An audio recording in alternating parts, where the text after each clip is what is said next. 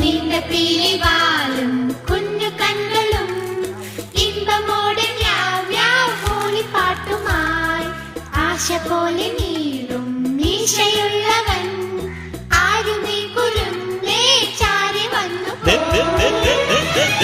മഞ്ഞക്കുഞ്ഞിക്കാതുള്ള ചക്കിപ്പൂച്ചയ്ക്ക് ചക്കര തിന്നാനുള്ളി മോഹമുദിച്ചല്ലോ. പമ്മി പമ്മി പാഞ്ഞിട്ടും പാവം നിന്നിട്ടും ഇത്തിരിയോളം ചക്കര കിട്ടിയില്ല.